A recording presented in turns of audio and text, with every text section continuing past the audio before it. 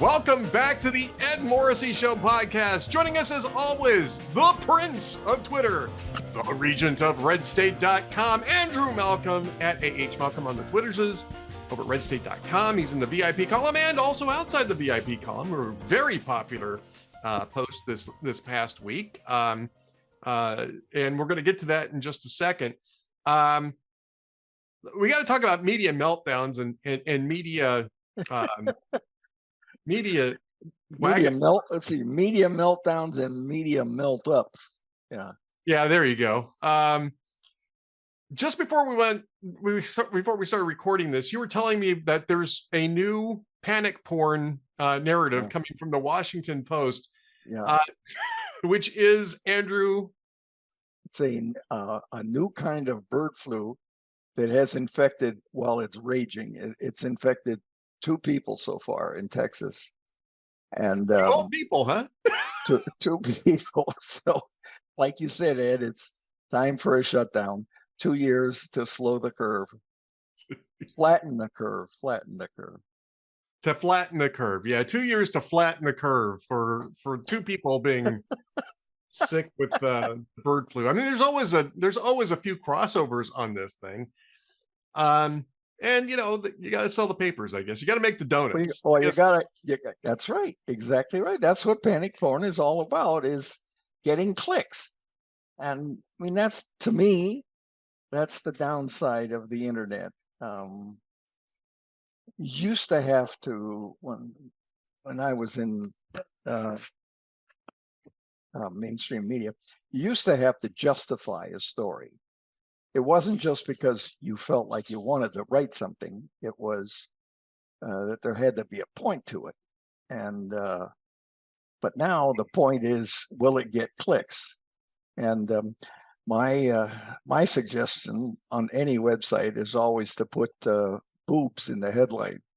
Yeah, there you go. Boobs sell. Yeah, I'm a big fan of boobs. There you go. Over at ABC, though, they're taking a slightly different approach to this. Because, I mean, this is literally, as we're talking, this popped up on my Twitter feed, right? And you know about this because you're the Prince of Twitter. So you know everything that's going on Twitter. I'm not even saying this for your benefit, Andrew, just for the benefit of the people watching the podcast. The top headline over at ABC is, top headline being, it's the latest headline. This spring, an unusual double dose of cicadas is about to invade parts of the U.S. in what cicada expert is calling Cicada-geddon. Cicada-geddon. This happens every 24 years, folks. We have 2 different species of cicadas in the United States, and they have very long life cycles, right? They spend years and years in the ground. And so you get one or the other if you get any of them, right? And this year we're getting both because they both time out to be in this same year. So yes, we're going to have a lot of cicadas. And you know what that means? Pretty much absolutely nothing. I mean, it might have some issues with crops, and it's going to be annoying and noisy as hell. And you're going to be sweeping these things up for weeks after they die. But that's it. I mean, this is not a biblical plague. It's cicada gate, and the birds love it. Sure, the birds love it. The cicadas love it too. They get a chance to get outside for a while, and stretch their legs and die. Yeah, stretch their legs and die. Yeah, we have a strain of cicadas here in Central Texas that are annuals. They show up every year, and so I don't know how much of that's going to impact us in Central Texas, but there, in large parts of the United States, there's going to be 2 different species of cicadas that mature at the same time, and it will be notable. I don't know that we could call it Cicada-geddon, though. I don't think that the cicadas are. I don't think we're calling it the zone. It's the cicada apocalypse. Well, it's a porn. It's a web porn. Anything to get a click. Yeah, and by the way, the picture that they have on this is a close-up of a cicada. Right, cicada's face, the beady eyes, very scary. Yeah. Oh yeah, it's almost like Joe Biden's camera. Cicada gate and boobs, that would get a lot of hits. I don't know about the combination. I'm really not sure about the combination. I'm thinking illustrations. I'm thinking illustrations here. They talk about fear, right? Oh my gosh. So so a couple other stories in the media sphere, right? I mean, Major stories. we're still dealing with the fallout of the precipice of democracy that we were all hanging off of because Ronna McDaniel might have appeared on NBC News to answer a few questions and to give her opinions. And to get 300K a year. Yeah. Right. I mean, we talked about this last week, so we don't need to go into great detail on this. But I mean, even some other members of the media are looking at this, going, you know, what the hell? Fareed Zakaria apparently was on Bill Maher over the weekend. I don't watch the show, but Fareed Zakaria said, you know, MSNBC had Stacey Abrams on there for a couple of years talking about denying the results of an election. They regularly feature Bill Clinton, who was convicted of lying. So what's the, you know, where is the line drawn? And the line is drawn, you know, right where you'd expect it to be drawn. They like Stacey Abrams because she fits their agenda. They don't like Ronna McDaniel because she doesn't. It's not about, That's right. This isn't about, you know, principle. Get serious, Ed. You know, It's the P word. yeah, yeah. I mean, even then, you know, Fareed Zakaria is on CNN. I mean, he's normally on CNN, and CNN's parent company Warner owns HBO, which is where Bill Maher's on. So it's all part of that same corporation. But you do have to wonder if Fareed Zakaria is taking a shot at MSNBC because they need to promote CNN as the rational alternative to the nutcases, the inmates running the asylum over at NBC News. It's amazing. Just to just go crazy over a narrative. Yeah, well, yeah, exactly. I mean, the whole thing is insane, right?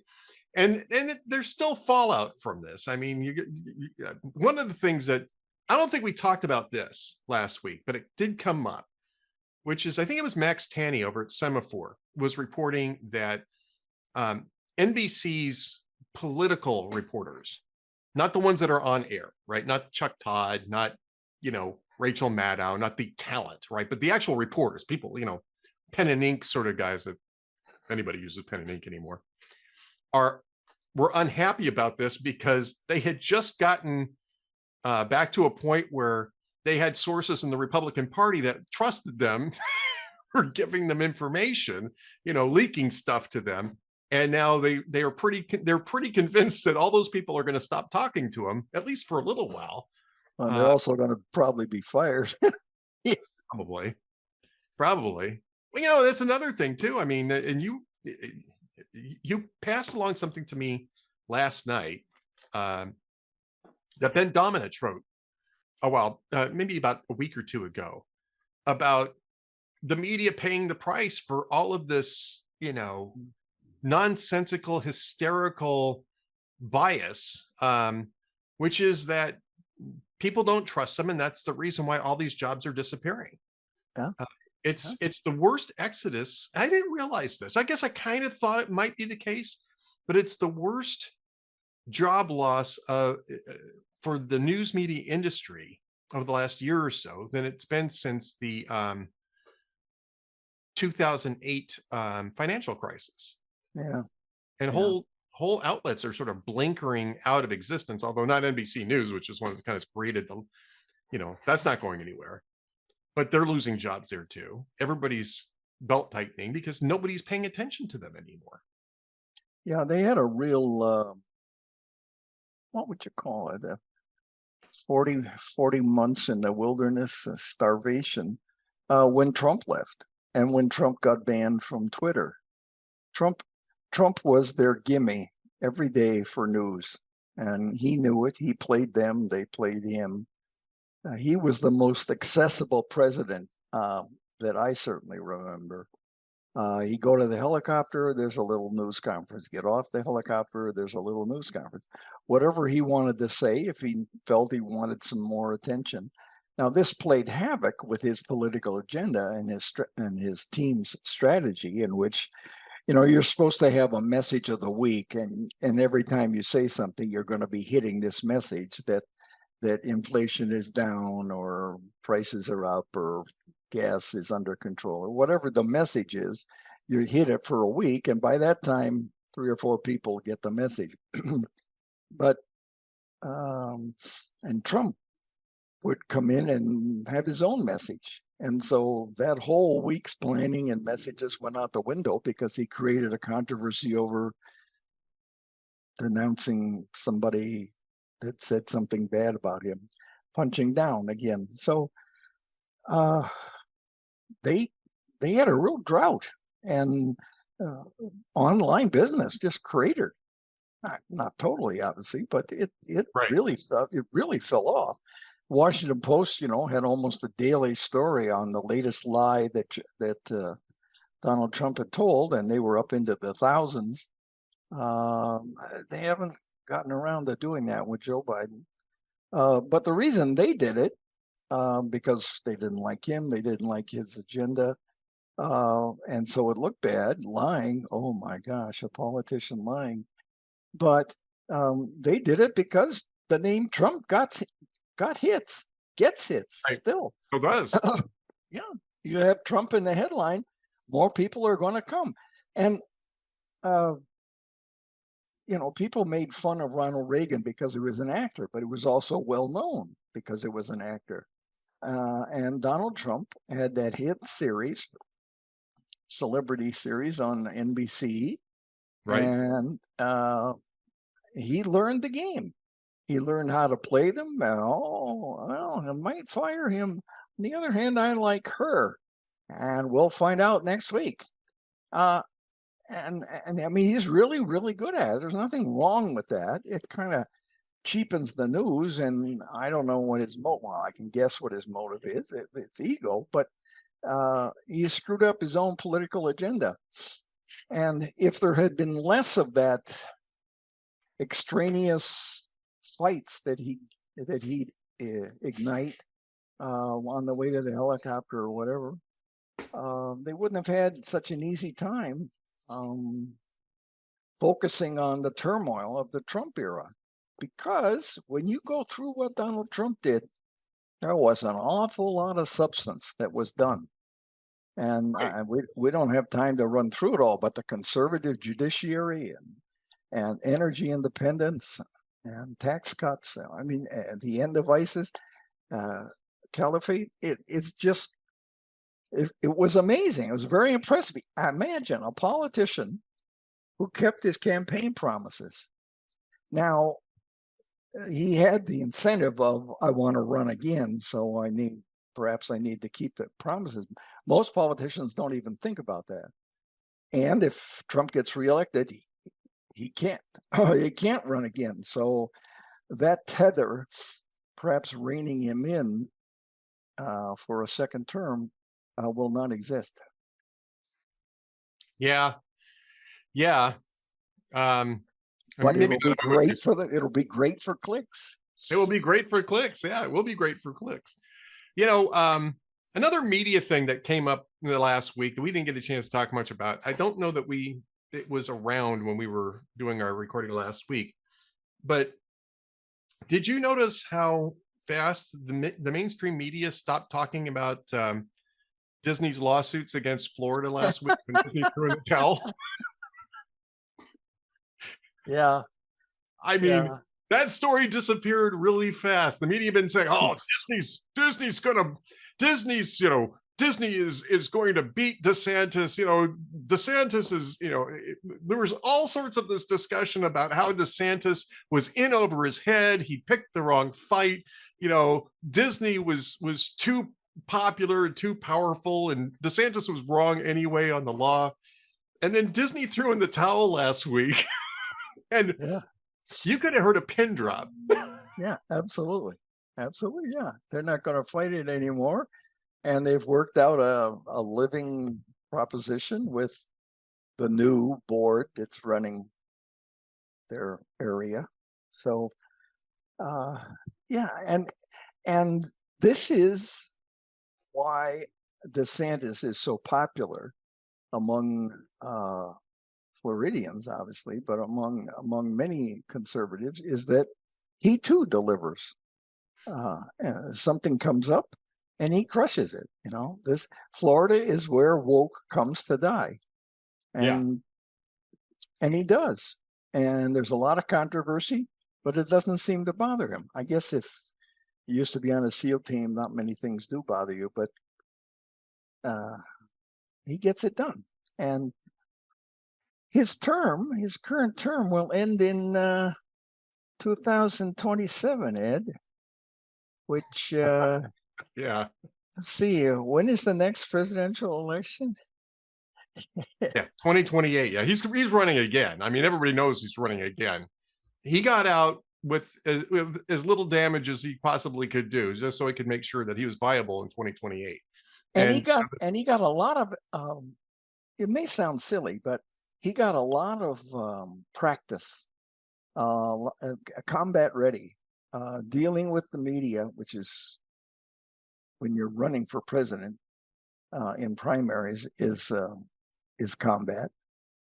He got a lot of practice there, and his team got a lot of practice. And he learned what sells in an audience and what doesn't. He got practice presenting himself, and he's never going to be hey, how you doing, buddy, kind of a politician, which to my eyes is part of the attraction. yeah, no, I mean, I think you're right, and that's the reason why the media was going so hard against this. Oh yeah. Jonathan Turley had a write up on it today. It was pretty funny. They had legal experts on air, and NBC was one of the worst. Legal experts on air talking about how DeSantis was losing this case and Disney was going to blow him out of the water. It was very clear that was not going to be the case. Disney was just trying to stretch it out. And then when, the issue this week is that Bob Iger's got a shareholders meeting the day after. We're doing this on a Monday. I'm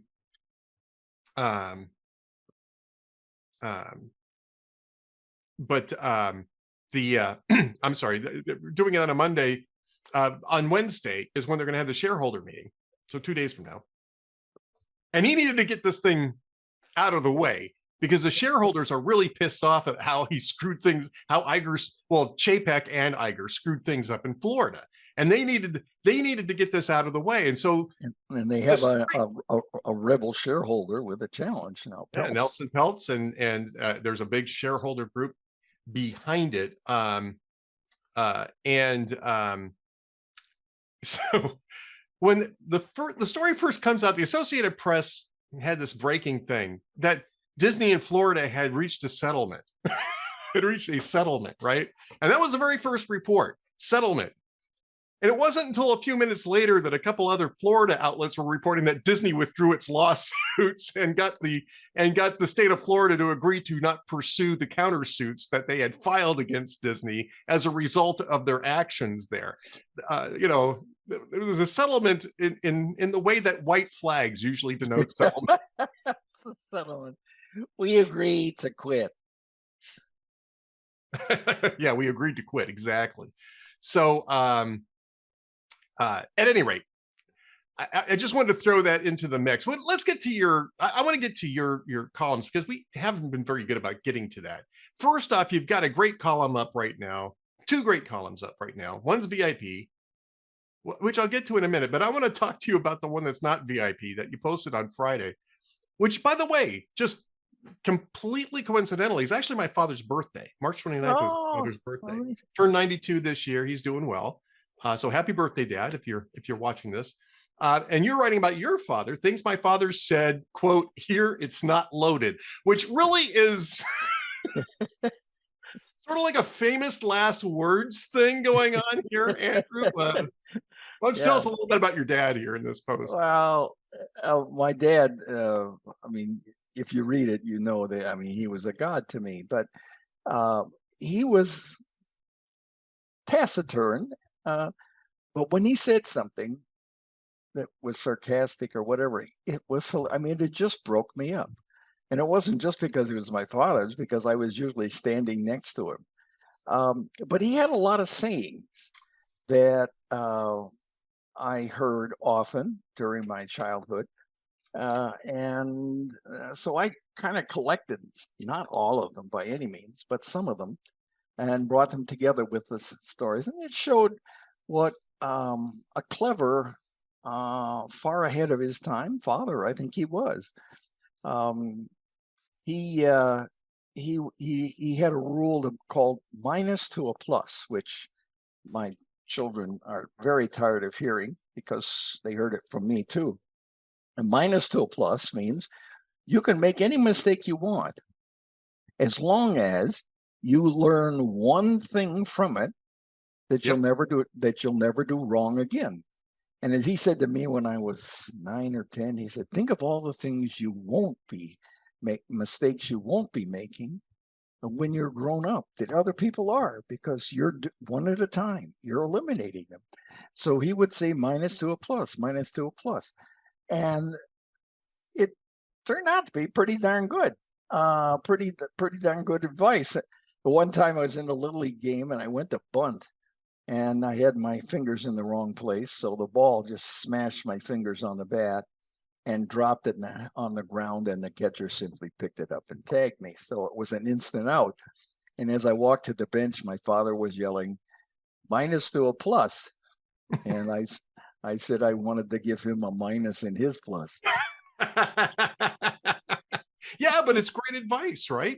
Oh, absolutely it is. It's really great advice, yeah. And the way he taught things was not the direct confrontation. It was very Socratic. It was not the direct confrontational.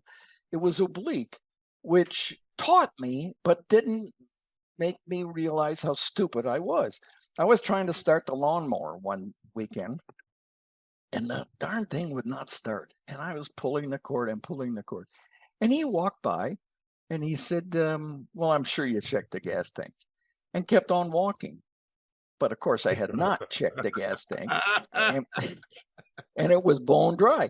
But he let me learn the lesson in private without being faced down by this God telling me, you stupid son, right?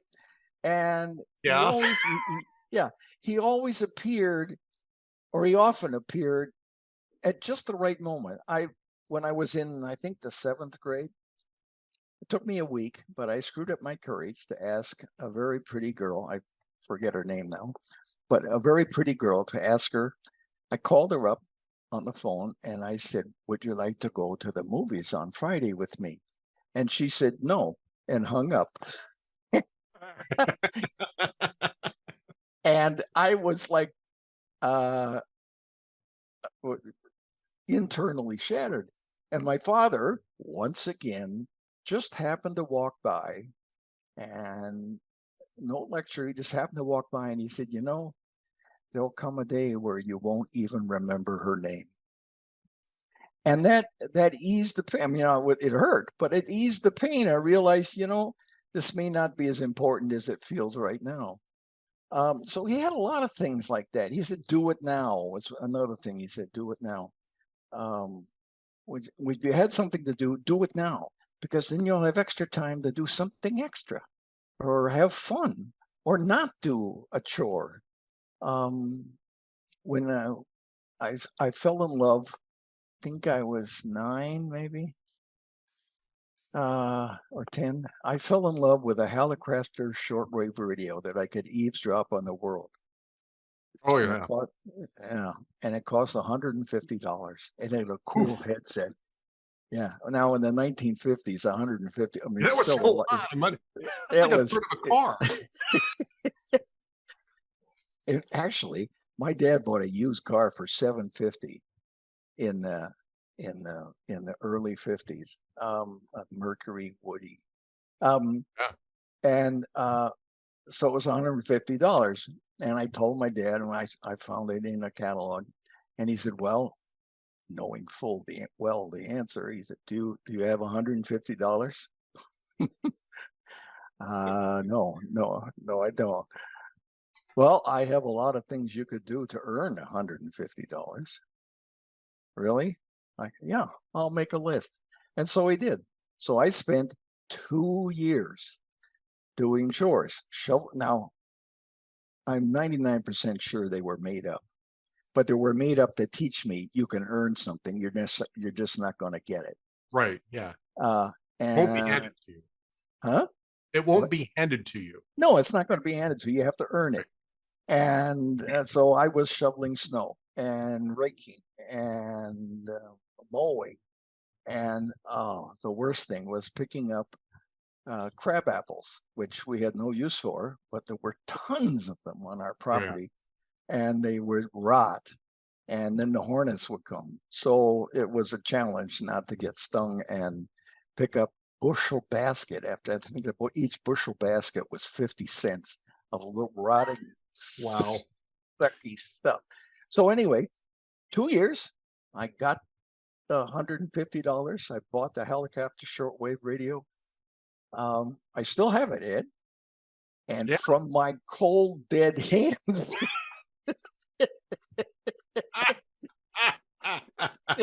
I hear you. I hear you. and that was the power of his lessons, that were not, son, I have to tell you something. It was showing me Yeah. that I could do something, that I had the power myself to do things, to get things I wanted that I didn't have now and couldn't afford. All kinds of lessons like that. And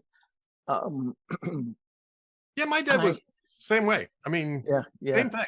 You know, is that, you know, I'm not going to hand you money, but if you want something, you can earn it. I have a different lawnmower story, by the way, than you do. Oh yeah.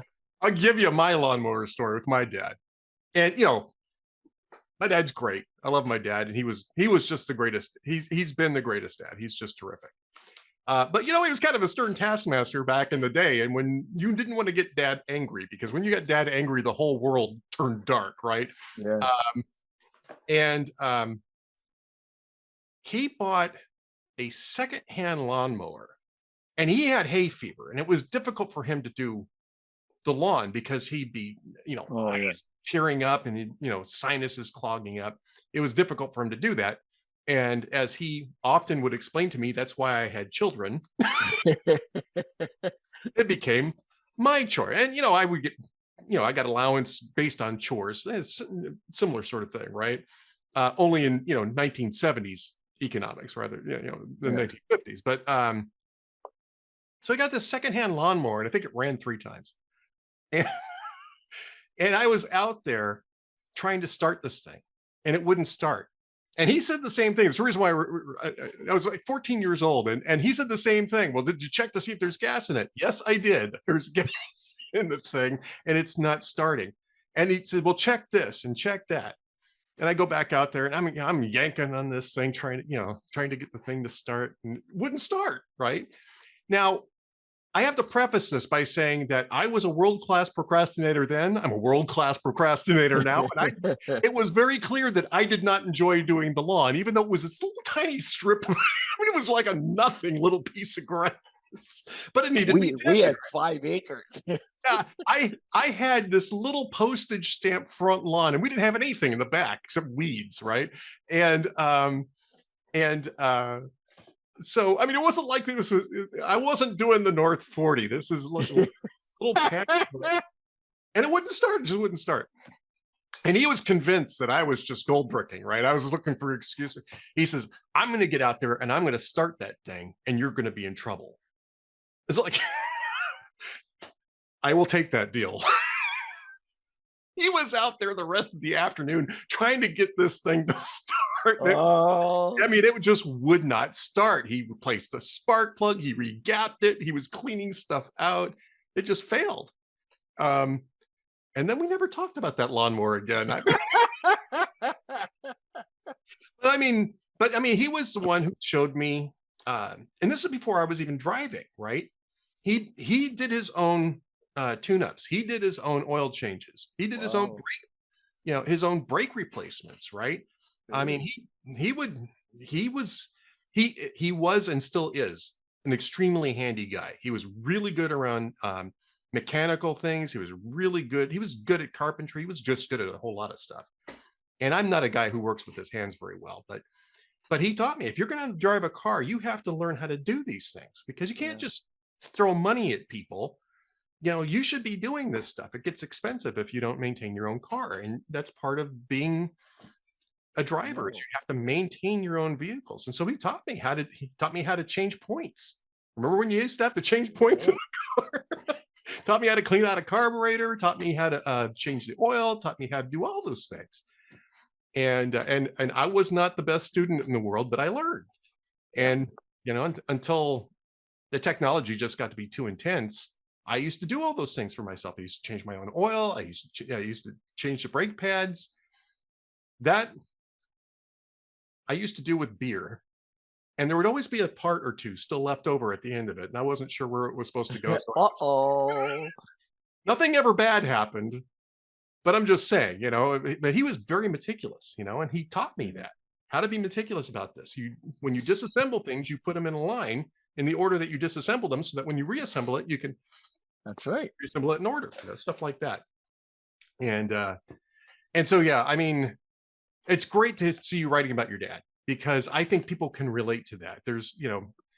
It's one of those things that I think is kind of lost in culture now. Sort of the dad thing is kind of lost in culture because I think men aren't really prepared very well to fill those roles these days. I think there's a Yeah. lot of confusion over what men are supposed to do. There's a story out today. I don't know if you've ever heard of Shakira. She's a pop singer. Yeah. Okay. So Shakira was being interviewed by Allure. And it was interesting because they were asking, and she's talking about empowerment. She's talking about, the fact that, she's from Colombia and, the culture there is very, macho or was at least very macho oriented. And, women were just supposed to look beautiful and men were supposed to have the power. And so she's talking about all these girl power types things, feminism and stuff like that. And the interviewer asks her about Barbie. So what did you think of Barbie?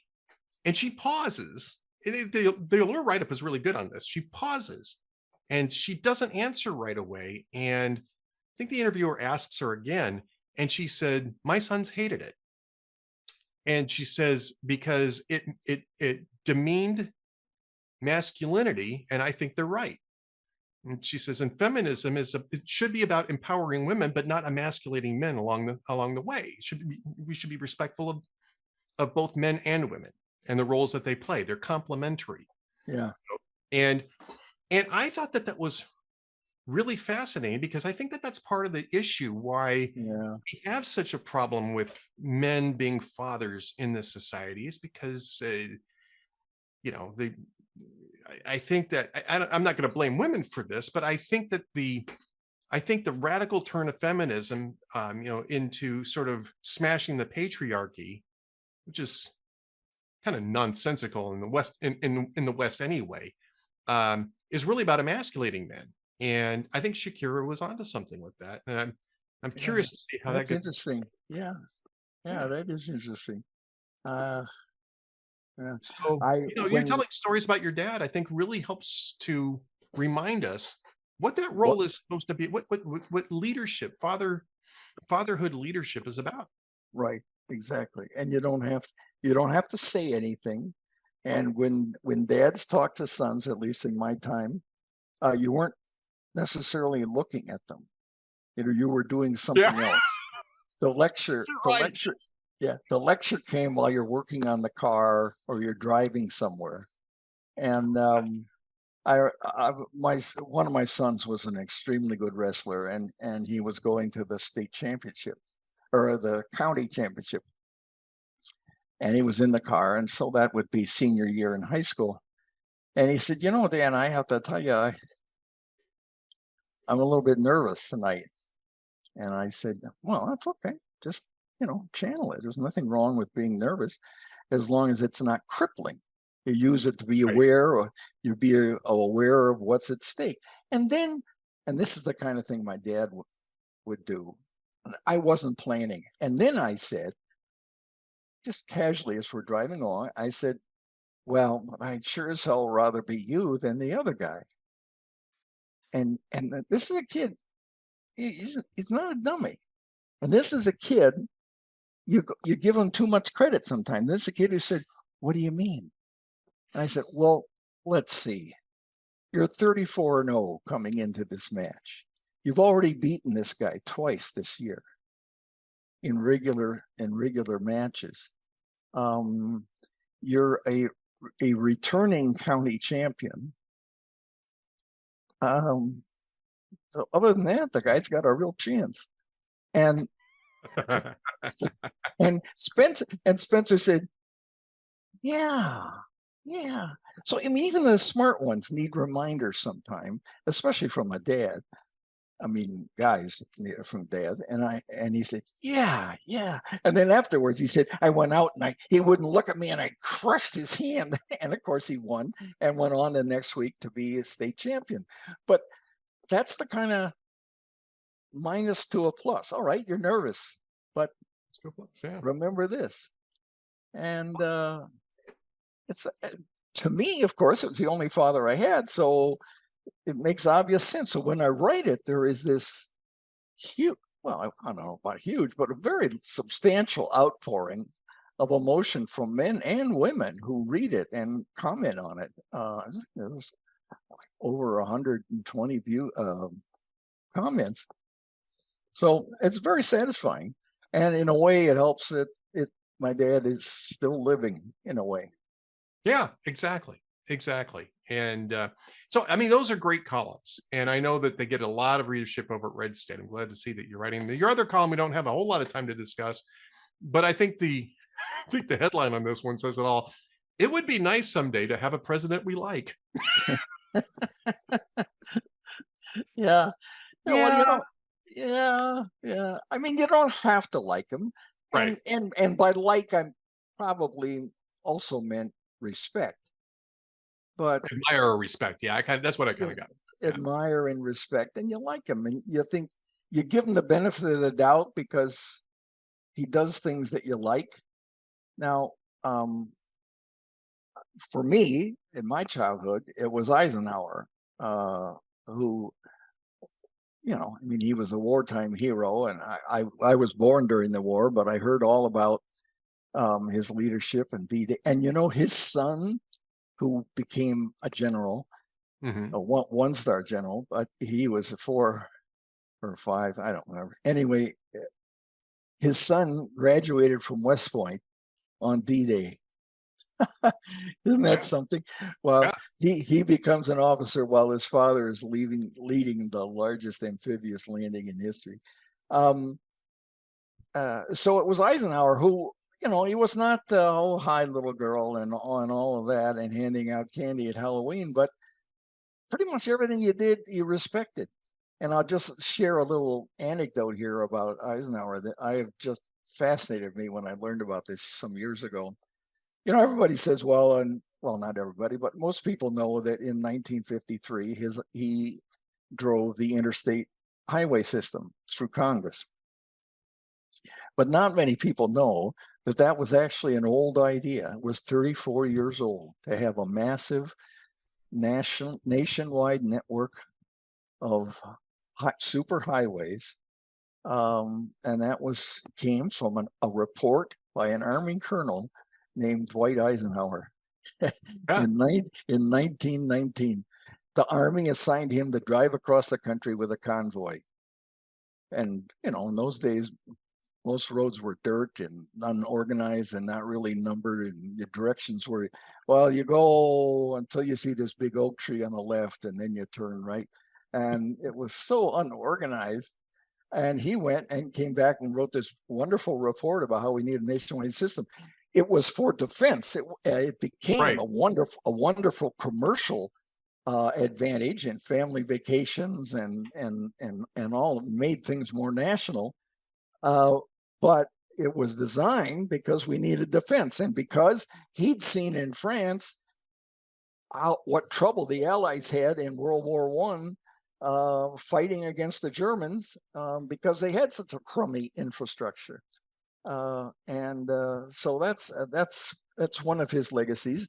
He also, I'll just take a minute here, 1953, and 1953, he told the French, no, I don't see an American advantage to helping you fight the communists in Indochina. In 1956, when Britain and France invaded Egypt because they'd seized the Suez Canal, he said, no. And when he left office in 1961, John F. Kennedy came in, a young, exciting, bright guy who wore a top hat. That's the last time I can remember that, who wore a top hat to the inauguration. And 4 months, he was had Navy veteran, like most presidents up until Clinton, he was a veteran. And 4 months in, the Navy veteran, started sending U.S. troops in to help the South Vietnamese fight communists in South Vietnam. And that was the beginning of that national nightmare. It was before the Nixon nightmare. Exactly. So those 8 years with Ike, they stick in my mind. Reagan was good and wonderful things, but Eisenhower. Yeah, I mean, for me it was peace. Reagan, obviously, because I wasn't around for Eisenhower, but for me it was Reagan, and that was really the last president that I liked and respected. I wouldn't say that. I like George W. Bush too. I like George H.W. Bush. I was a little miffed at him towards the end of his presidency. But I think the last one that I was enthusiastic about, really enthusiastic about, was Reagan. And again, I was young too, so that was part of it. But I've just gotten to the point where I just rely on Psalm 146, verse 3 when it comes to politics these days.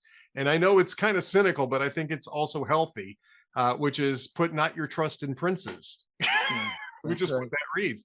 And I think that is the best advice that I can give anybody who wants to consider any sort of career dealing with politics, is Psalm 146, verse 3. That has to be your starting point, because otherwise you're going to get caught up in cults of personality, and you're going to feel the need to defend the indefensible and stuff like that. And it's just a lot easier if you just treat them like public servants who have value as long as they're serving you. That's right. And then they become disposable. And they become disposable, because they all are. They're all disposable. It's the king who becomes disposable. Yeah, I mean, that's what we have, that problem. We kind of want a royal family, and the Kennedys were it, but we don't like it if they hang around too long. And we have thoughts and pay great attention, many of us, to the British royalty. But we dumped them. So yeah. Well, we dumped them officially, but I think unofficially, we're still addicted to them. That's really going to bring us to the end of the podcast here. So go check out Andrew's great columns over at redstate.com. I know that in the open, yeah, the one about your father is in the open. It's got a great title, so go check that out. I know that you don't have a joke of the week. I'm going to give you a joke of the week from jokesoftheday.net, and it's a great. And then when you're done with the jokes, I have a little story about my father to end with. Oh, okay. So Jones comes into the office an hour late for the third time in a week, and the boss is waiting for him. Says, "What's the story this time? I want to hear a good excuse for a change." He says, "All right." He says, "Everything went wrong this morning, boss. The wife decided to drive me to the station. She got ready in 10 minutes, but then the drawbridge got stuck. Rather than let you down, I swam across the river. My suit's still damp. I ran out to the airport, got a ride on Mr. Thompson's helicopter, landed on top of Radio City Music Hall, and was carried here piggyback by one of the Rockettes." And the boss looks at him and says, "That's the dumbest story I've ever heard in my life. No woman can get ready in 10 minutes.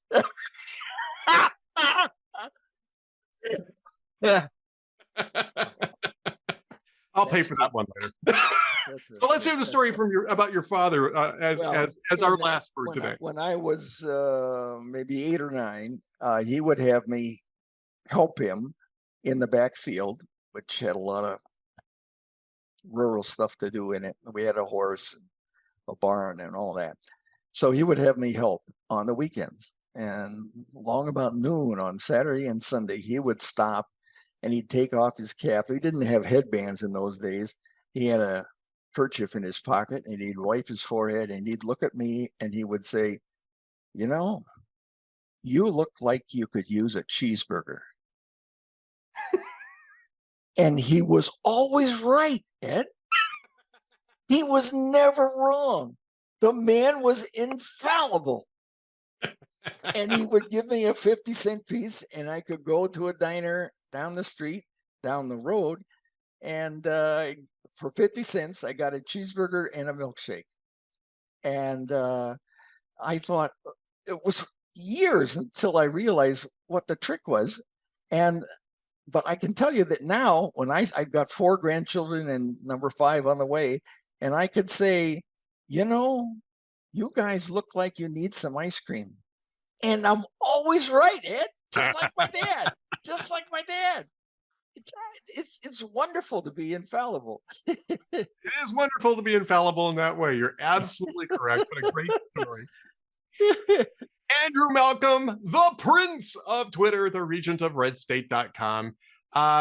We will talk again next week. Yeah, after a conference. After a conference we're both going to. So I'll see you before then, but we'll talk again next week. Ed, you look like you could use a beer.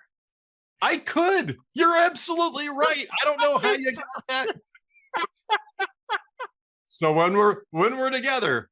Yeah. All right. Oh yeah. Good. All right, sir. Thanks again. We'll talk next week.